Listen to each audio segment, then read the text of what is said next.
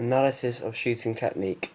Within this slide, I will be comparing and contrasting the shooting technique of my subject in the images on the top of the slide with improper technique to that of perfect technique in the image below, as previously explained in the prior slides. With the perfect technique being portrayed in the lower images, when comparing both images, they seem relatively similar throughout, apart from some minor errors. We will begin with foot placement. According to perfect technique, the subject should aim to have their feet spaced about the same distance as their shoulders, with their leading front foot slightly forward for stability. However, with the subject's images, it can clearly be seen that the subject is stood with their feet almost touching together, too close, which is a negative, as it will negatively impact their performance when shooting, which will affect their shot accuracy. Therefore, to correct this error, it would be beneficial for the subject to increase the distance between their feet to the same distance as their shoulder, as well as placing their front foot slightly forward, which will greatly improve the subject's accuracy and balance.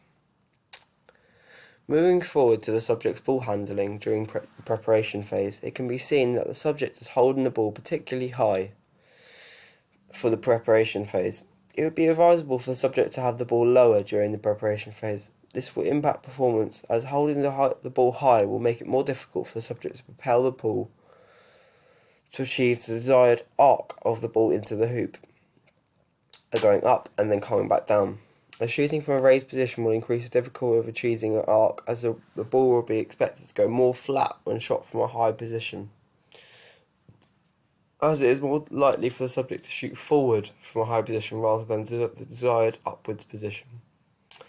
Such as the one seen in the elite performer's image, the player holds the ball low, then raises it up during the main phase.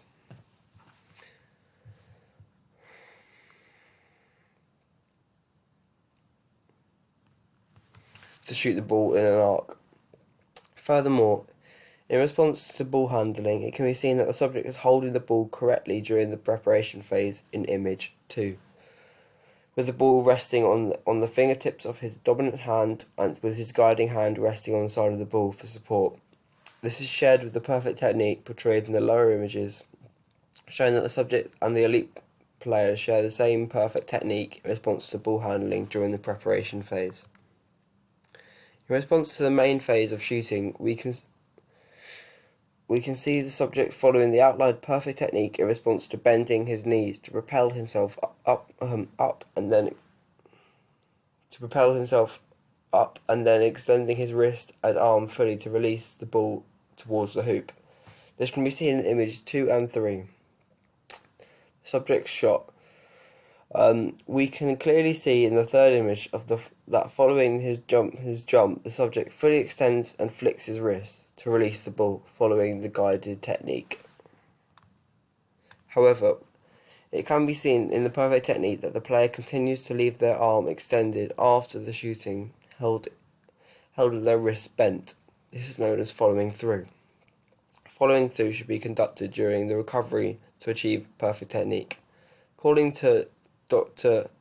Basketball.com, following through ensures that your shooting motion does not end early. If your shooting ends early, it can slow down your shooting motion, which can negatively affect your range, ball rotation, and accuracy. Therefore, highlighting the error made in the upper image, as we can see clearly that after the subject takes their shot, they immediately bring their arms down, failing to follow through, which, as previously mentioned, will negatively impact their range, ball rotation, and accuracy. As a solution to this error, I recommend the subject to follow through, continuing to extend their arms and flick their wrists after the ball has left their hands to improve their accuracy and aid their basketball progression. To aid the subject to achieve this, it would be recommended for him to over exaggerate this motion. For example, after shooting, to leave his hand and his wrist upwards and bent for much longer than needed, just to hammer it into his brain.